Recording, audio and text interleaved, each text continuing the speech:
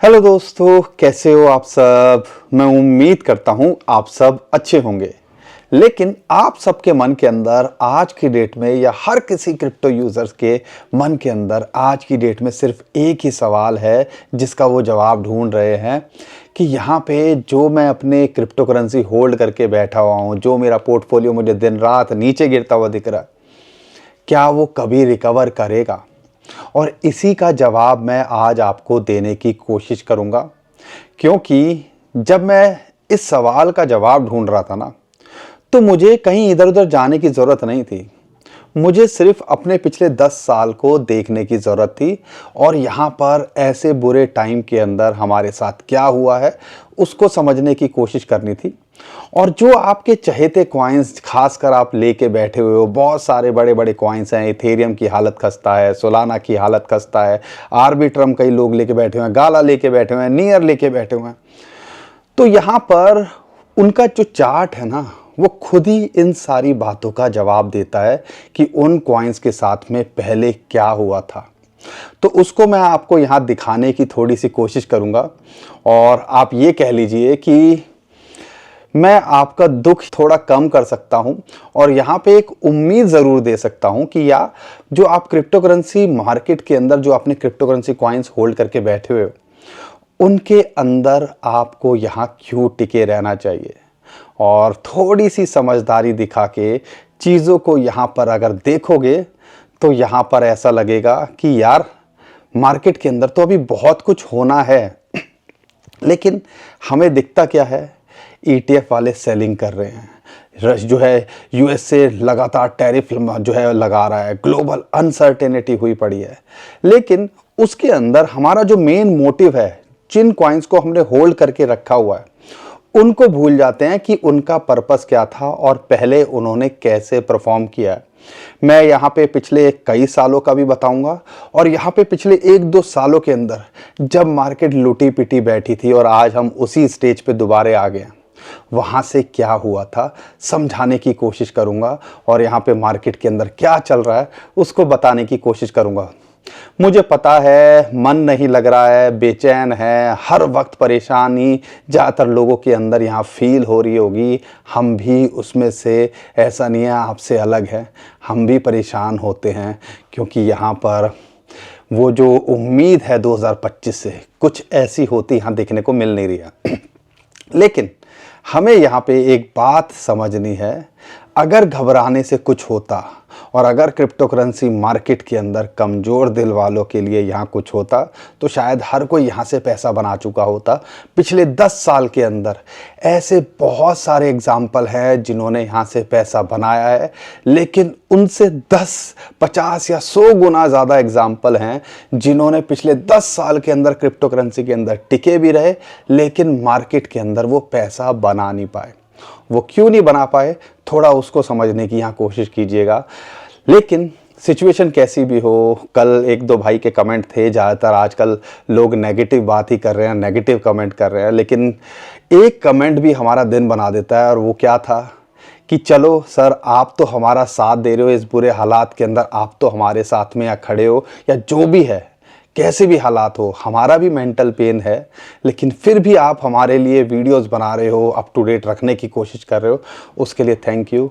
तो आप सबके लिए थैंक यू कि आप कम से कम इतना हमारे बारे में सोचते हो। यहाँ पे चीज़ें वर्स हैं, मैं समझता हूँ, और आज का दिन भी बहुत इम्पॉर्टेंट है क्योंकि CPI का डाटा निकल के आना है। तो ये जो चीज़ें हैं ना और परेशान कर रही है, लेकिन साथ बना रहना चाहिए। वीडियो को लाइक कीजिए, चैनल को सब्सक्राइब कीजिए और अपने भाई को सपोर्ट करते रहा करो, ताकि हमें भी लगे यार हमारे लिए लोग हैं जो हमें देख रहे हैं, उनके लिए हम और ज़्यादा एफर्ट्स लगाएं और ज़्यादा ढूंढ ढूंढ के चीज़ें लेके आएँ। इन सबको ढूंढने में और आपके सामने लाने में बहुत एफर्ट्स लगते हैं, तो साथ दिया करो यार। ये जो है ना, ये शोल्डर झुके नहीं रहने चाहिए। क्रिप्टो करेंसी वाले वॉरियर्स होते हैं और खासकर जो पुराने चावल हैं उन्हें इन सारी चीज़ों का एहसास होगा। लेकिन यहाँ पर मार्केट के अंदर अभी चल क्या रहा है थोड़ा सा समझने की कोशिश करते हैं और उसके बाद जो एक्चुअल में मेन पर्पस है इस वीडियो का, और यहाँ पे अगर आप उस चीज़ को समझ लोगे तो शायद आपको ये लगेगा यार चलो देर सवेर में मेरी चीज़ें रिकवर हो जाएंगी। मुझे यहाँ पे उम्मीद नहीं लूज करनी चाहिए। सबसे पहले बात समझाने की कोशिश करता हूं कि मार्केट के अंदर ग्लोबली क्या चल रहा है। टैरिफ का तो आपको पता है, सबको पता चल गया होगा, उसके बारे में मैं नहीं जाऊंगा वापस। अभी यूएस से कनाडा के अंदर बहुत सारी टसल चल रही है और डोनाल्ड ट्रंप बोलने लगे हैं कि भैया तुम 50 स्टेट हैं यूएसए के अंदर और उसके बाद हम तुम पे टैरिफ नहीं लगाएंगे। तो ये सब चीज़ें चल रही है। मतलब मैं समझ नहीं पा रहा हूँ कि इतने एक्सट्रीम में यूएसए एग्रेसिवली चीज़ें वर्कआउट कर रहा है, जिसकी वजह से ग्लोबल अनसर्टेनिटी हुई पड़ी है और मार्केट के अंदर उसका प्रेशर देखने को मिल रहा है। बिटकॉइन ईटीएफ की भी लगातार सेलिंग हो रही है, चाहे ब्लैक रॉक हो, फिडेलिटी हो, वो लगातार सेल कर रहे हैं और कल भी 4,500 बिटकॉइन उन्होंने सेल किए और उसकी वजह से भी हमें यहाँ प्रेशर देखने को मिला। और यहाँ पे आज सीपीआई का डाटा निकल के आना है। उम्मीद है 2.9, लास्ट मंथ आया था 3%। अगर 2.9 आता है या उससे कम आता है तो इमीडिएटली एक स्पाइक आपको देखने को मिल सकता है। और बिटकॉइन अभी एक इंपॉर्टेंट रेजिस्टेंस को फेस कर रहा है, जो कि लगातार इसके लिए सपोर्ट का काम कर रहा था। वो था आपका जो 200 डे मूविंग एवरेज, जो कि लगभग आता है $83,000 के आसपास। आप देखो कल रात भी वहां गया और उसके बाद रिजेक्ट होता देखने को मिल रहा है। तो ये एक इंपॉर्टेंट रेजिस्टेंस है और एक इंपॉर्टेंट सपोर्ट का काम करता है। तो यहाँ पे इसके ऊपर जाना और इसके ऊपर क्लोज करके बढ़ना इसके लिए बहुत इंपॉर्टेंट है। और उम्मीद है अगर सीपीआई का डाटा कम निकल के आता है तो यहाँ पे ये स्पाइक देखने को मिल सकता है। अगर नहीं निकल के आता है तो 80,000 पे अभी टिका हुआ एक सपोर्ट साइकोलॉजिकल मिलती है, लेकिन इंपॉर्टेंट सपोर्ट है 50 वीक मूविंग एवरेज की बात करते हैं। ये जो ब्लू लाइन आपको दिख रही है वो जो कि लगभग आती है 73 से $75,000। अब शॉर्ट टर्म में ये लाइंस आपको पता हैं, लॉन्ग टर्म के हिसाब से देखते हैं तो यहाँ पे हमें ये शॉर्ट टर्म में बिटकॉइन ईटीएफ वाले सेलिंग करते दिख रहे हैं। सीपीआई का डाटा का यहाँ प्रेशर है, फिर इंटरेस्ट रेट के ऊपर डिसीजन का प्रेशर निकल के आएगा। मतलब इन शॉर्ट अगर आप ट्रेडिंग कर रहे हो या आप शॉर्ट टर्म में ट्रैक करते हो तो दिमाग की दही होना तो श्योर है कि होगा ही होगा। और यहाँ पे इस टाइम पे जब मार्केट डिप करती है तो बंदा और ख़रीदने की कोशिश करता है, और डिप करती है तो और ख़रीदने की कोशिश करता है। और इस टाइम पे डिप में टिप हो गया हम सबका। लेकिन यहाँ पर परेशानी यहाँ ख़त्म नहीं होती है, लेकिन यहाँ पर आने वाले टाइम के अंदर जो चीज़ें हो रही हैं उसको मैं कैसे इग्नोर कर दूं, या जो डाटा सामने निकल के आ रहा है उसको मैं कैसे इग्नोर कर दूं। पता नहीं आप क्यों इन चीज़ों को नहीं समझ पा रहे हो या नहीं इन चीज़ों को जो है देख कर भी अनजान बन रहे हो। हमने देखा लगातार बिटकॉइन की सेलिंग हुई, लेकिन क्रिप्टो क्वांट का जो डाटा निकल के आया है 60,000 बिटकॉइन वेल्स ने पिछले एक महीने के अंदर खरीदे हैं। 60,000 बिटकॉइन, ये कोई छोटा मोटा अमाउंट नहीं है। 60,000 बिटकॉइन मतलब लाखों करोड़ों रुपए के वो बिटकॉइन यहाँ खरीद चुके हैं पिछले 30 दिनों के अंदर, जब मार्केट के अंदर इतना प्रेशर बना हुआ था। अब ये वो कौन होंगे? अब यूएसए के कहीं ना कहीं इंस्टीट्यूशन इन्वेस्टर होंगे, बहुत सारे जो ब्लैक रॉक हमें दिखा रहा है पर्दे के पीछे कुछ और कर रहा होगा, फिडेलिटी दिखा रहा है पर्दे के पीछे कुछ और कर रहे होंगे, क्योंकि सबको चाहिए सस्ते में कुछ बिटकॉइन यहाँ मिल जाए। अब ये काउंटर कर रहा है इस चीज़ को। एक तरफ हमें दिख रहा है कि यार यहाँ पे सेलिंग प्रेशर है ईटीएफ की तरफ से, और दूसरी तरफ जो डाटा निकल के आ गया, किसी से छुपा नहीं है क्रिप्टो क्वांट का, कि भैया 60,000 बिटकॉइन। तो जितनी सेलिंग हुई है उससे ज़्यादा यहाँ पे बाइंग प्रेशर इस लेवल के आसपास है। 75-80 हज़ार डॉलर पे लगातार बिटकॉइन को खरीदा जा रहा है। तभी 80,000 आया, 78 आया, फिर 90 गया, फिर 80 लेके आए। अभी पेट नहीं भरा इनका, और फिर यहाँ पे जब लेके चले जाएंगे तो हमें फिर वही बात हो जाएगी कि यार हमें तो पता नहीं चला, मौका भी था और हमने इसको मिस कर दिया। अब कई लोग बोलेंगे बस करो यार, ये सुन के हमारे कान पक गए हैं, अपॉर्चुनिटी है, मिलेगा कि नहीं मिलेगा। लेकिन हमें तो यहाँ पे सब कुछ गिरता ही दिख रहा है और हमारे ऑल्ट कॉइन्स ने तो हमारी हालत ख़राब की हुई है। आगे बात करूँगा उसके बारे में, लेकिन सिर्फ इतनी बात नहीं है। सिक्योरिटी एक्सचेंज कमीशन जो पहले एक्स्ट्रा चीज़ें करनी पड़ती थी क्रिप्टो के रेगुलेशंस के लिए, है क्रिप्टो किसी अगर कंपनी को कुछ करना है तो वो भी यहाँ पे वो साफ करता देखने को मिल रहा है। मतलब ज़्यादा पेपर वर्क और उन्होंने कम कर दिया है। सिक्योरिटी एक्सचेंज कमीशन ने लगातार बहुत सारे लोगों के जो कंपनीज के क्रिप्टो के रिलेटेड चीज़ें थी उनको क्लियर किया है। ठीक है, ये भी एक पार्ट है। यहाँ पे 10 लाख बिटकॉइन के लिए अभी वर्किंग ट्रेडिंग चल रही है यूएसए के अंदर। तो जो बिटकॉइन स्ट्रेटेजिक रिजर्व की बात हो रही थी, गवर्नमेंट बाय नहीं करेगी, लेकिन ऐसा नहीं है, दूसरे तरीके खोजे जा रहे हैं और उनके लिए बिल भी लाए जा रहे हैं। तो देर सवेर में कहीं ना कहीं हमें भी पता है धंधा है, गंदा है और हर कोई चाहेगा सस्ते में मिले, और यही चीज़ हमें ऐसे लग रहा है कि देखने को मिल रही है। लेकिन ये जो टाइम है ना, ये हमें बहुत परेशान कर रहा है। लेकिन अगर मैं सिंगापुर की बात करता हूँ, सिंगापुर के एक्सचेंज ने ही बिटकॉइन के, इथेरियम के फ्यूचर लॉन्च कर दिए हैं। अब आप समझो बीएससी एनएससी पे अगर बिटकॉइन और क्रिप्टो करेंसी के फ्यूचर ट्रेड करने को मिल जाए तो कैसा हो।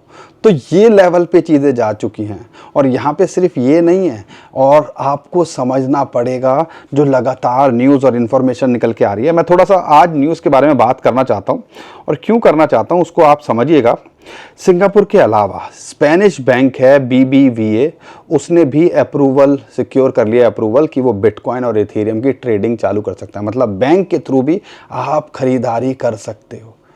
तो ये चीज़ें चल रही हैं, ये चीज़ें बिटकॉइन रिजर्व के बाद होते देखने को मिल रही हैं, और आने वाले टाइम के अंदर हम ज़्यादा शॉक नहीं होंगे कई और कंट्रीज़ अनाउंस करते देखने को मिले।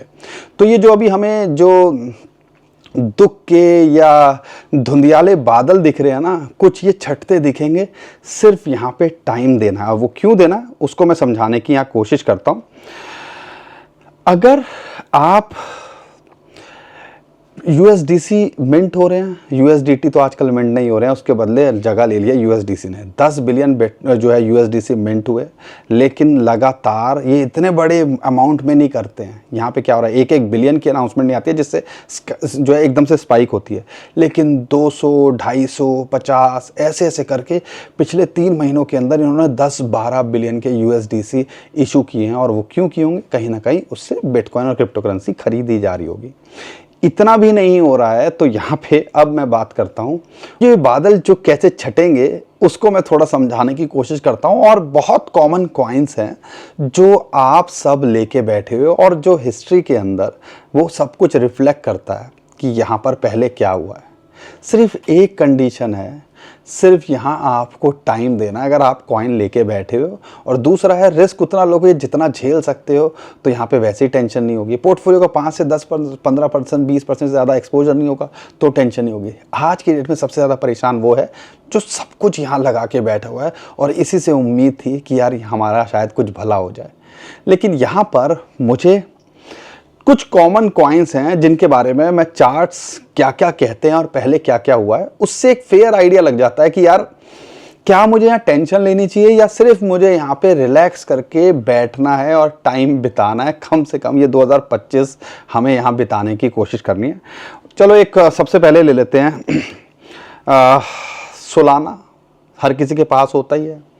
सोलाना जो है $250 पहुँच गया था 2021 में, और उसके बाद हमारा तो अभी यहाँ पे 250, $270-80 से ये $100 पे आया है, तो हमारी सुट्टी बिट्टी गुल हो गई है। लेकिन कैन यू इमेजिन हमारे साथ उस टाइम पे क्या हुआ होगा जिसके पास $250 पे सोलाना होगा, $200 पे सोलाना होगा, $100 पे सोलाना होगा, और ये 2023 के अंदर आपका $8 के आसपास आ गया था। 2022-23 के अंदर $8, कैन यू इमेजिन। और $8 के बाद में आज किस रेट पे है, आज भी ये $125-130 पे है, और ये अपने ऑल टाइम हाई को ब्रेक करने के बाद की बात कर रहा हूँ। मैं क्यों बोल रहा हूँ कि अच्छे कॉइन, देखो चिंकू पिंकू टिंकू लेके बैठे हो तो मैं कह नहीं सकता, लेकिन इसलिए हम फोकस कहते हैं आपको 50 से 100 जो टॉप के कॉइन्स हैं उन पे फोकस करना चाहिए, उससे एक फेयर आइडिया लगता है। चलो ये तो आप बोलोगे सर मेरे पास सोलाना भी नहीं है, लेकिन आर्बिट्रम और गाला तो सबके पास ही होते हैं। गाला के लिए बहुत सारे क्वेरी कर रहे हैं, इसलिए मैंने गाला को भी यहाँ पे चार्ट में रखा है। वो क्या कहता है, 2023, 2024, 2025 के अंदर ये लगातार इस लेवल पे आया है 3 बार। बल्कि 4 बार। और वहाँ आने के बाद इसने 3 से 4 गुना का उछाल भी लगाया। जो प्राइस है 0.015 के आसपास आया, फिर ये 0.05 तक गया, फिर नीचे आया, फिर 0.07 तक गया, फिर नीचे आया इसी लेवल पे, फिर 0.08 तक गया, फिर नीचे आया और 0.06 पे आके अब दोबारा उसी लेवल पे आ गया। 3-4 बार ऐसा कर चुका है। ये तो 2 साल की बात कर रहा हूँ मैं, तो पिछले जो है पुरानी 5-7 साल की या 2021 के बुल रन से कंपेयर ही नहीं कर रहा हूँ। तो यहाँ पे अब मुझे बताओ, क्या ये दोबारा से पूरे चांसेस नहीं रखता है? और जिस हिसाब से माहौल बन रहा है और जिस हिसाब से हमें पता है कि चीज़ें हो रही हैं, यूएसए के अंदर भी होंगी, और ये सारी चीज़ें और एडॉप्शन जिस हिसाब से बढ़ रही है आने वाले टाइम के अंदर, सारे कॉइन्स अच्छे कॉइन टॉप के, अगर आप हर कैटेगरी के टॉप 2 कॉइन भी लेके बैठे हो, और ज़्यादातर हम उन्हीं की बात करते हैं कॉइन्स की, तो यहाँ पे वो देर सवेर में कुछ अच्छा करते देखने को मिलेंगे। अब इस लेवल के ऊपर आप मुझे बताओ कि एक तो क्या एंट्री नहीं बनाई जा सकती, और दूसरी क्योंकि यहाँ से गिरेगा तो कितना गिर जाएगा, 0.01 तक आ जाएगा, लेकिन यहाँ से भागेगा तो 0.05 आने के पूरे चांसेस इसके हैं। एक और एग्जांपल लेता हूँ, वो है आर्बिट्रम। ये भी मैं पिछले जब से लॉन्च हुआ है 2-3 साल की इसकी हिसाब किताब समझने की कोशिश करते हैं। ये जो है $1.5 गया, फिर ये $0.7 आया, फिर ये $2.5 गया, फिर ये आया $0.4, फिर ये $1.25 गया, और अभी जो है $0.35 के आसपास चल रहा है। अब यहाँ पे 35 सेंट पे यहाँ से गिर जाएगा तो 30 सेंट आ जाएगा, 25 सेंट आ जाएगा। लेकिन जैसे ही माहौल सही होगा, और वो लगातार रेगुलर इंटरवल पे होता है, और जो मैं आपको बताने की कोशिश कर रहा हूँ, पिछले 2 साल के अंदर भी मार्केट के अंदर सिर्फ गिरते गिरते नहीं रहे हैं।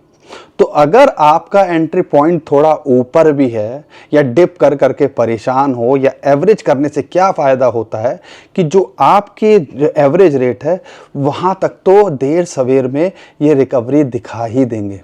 अब ये ऑल टाइम हाई छुए ना छुए, लेकिन कम से कम ये तो इसने बताया हुआ है कि भैया $1 के आसपास तो ये कभी भी जाता देखने को मिल सकता है। सिर्फ यहाँ पे हमें टाइम देना है। ये मंथली कैंडल के अंदर बात कर रहा हूँ। अब आप मुझे ये बताओ, इसके अंदर थोड़ा समझ के या इस चार्ट को देख के, क्या यहाँ पे हमें परेशान होना चाहिए, या सिर्फ हमने शांति से, सिर्फ पेन इतना है कि अब हमें थोड़ा टाइम देना पड़ेगा। ये नहीं है कि यार कल हो जाएगा, 1 महीने में हो जाएगा। हो सकता है ये लेवल आते आते 2-4 महीने लग जाए, ये हो सकता है। तो बस ये सबसे बड़ा पेन यही है कि यार हम ऊपर जब मौका था तो एग्ज़िट नहीं कर पाए, और यहाँ पे अब हमें कुछ और महीने वेट करना पड़ सकता है। ईमानदारी से बताइएगा, असली दिक्कत यही है ना, सिर्फ यही है, या आपको लगता है कि यहाँ से सब कुछ ख़त्म हो जाएगा? क्योंकि सोलाना को $250 से $8 देखने के बाद क्या लग रहा होगा, उन लोगों के दिमाग में क्या चल रहा होगा, या बिटकॉइन को 70,000 से $15,000 देखने के बाद, इथेरियम को 5,000 से $1,000 के नीचे देखने के बाद उन लोगों के मन के अंदर क्या चल रहा होगा? क्या आपसे ज़्यादा परेशान नहीं रहे होंगे? लेकिन समय ने उनके घावों को ठीक किया, हील किया, और कई लोगों ने यहाँ पे पैसा भी बनाया, कई एग्जिट भी करके या एवरेज करके कहीं ना कहीं वो प्रॉफिट में ही निकले।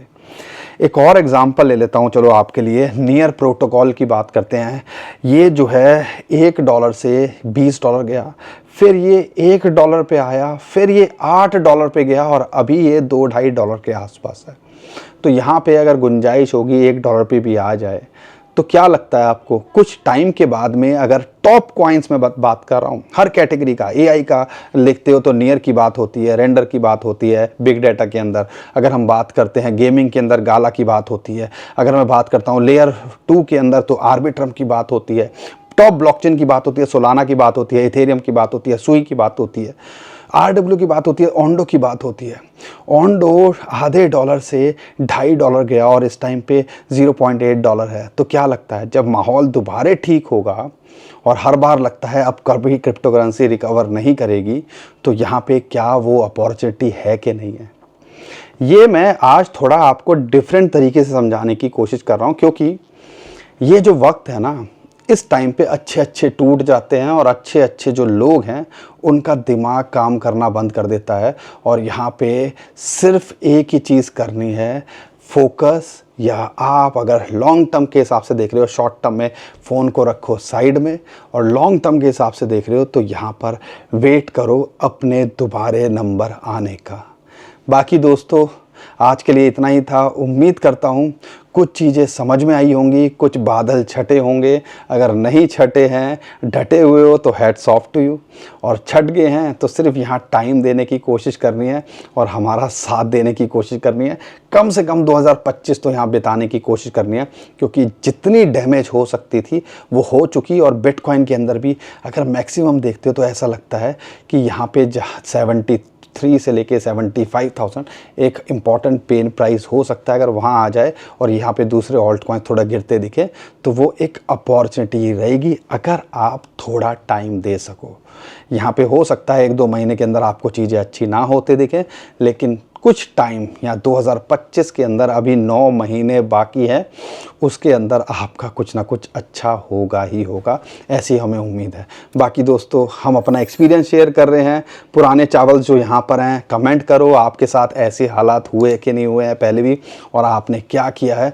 और यहाँ पे जो नए लोग हैं जो घबराए हुए हैं उनको भी समझाने सिखाने की कोशिश करो। बाकी दोस्तों उम्मीद करता हूँ आपको कंटेंट अच्छा लगा होगा। वीडियो पसंद आई तो वीडियो को लाइक, चैनल को सब्सक्राइब कीजिए। ट्विटर, टेलीग्राम पे हमें फॉलो कर लीजिए, नीचे डिस्क्रिप्शन में जो लिंक है उसी से कीजिएगा। बहुत सारे स्कैमर हमारे नाम से स्कैम करने की कोशिश कर रहे हैं, उनसे भी आप बच पाओगे। अभी के लिए विदा लेता हूँ। खुश रहिए, मुस्कुराते रहिए, कमाते रहिए। आपका दोस्त पंकज। थैंक यू, नमस्कार, धन्यवाद।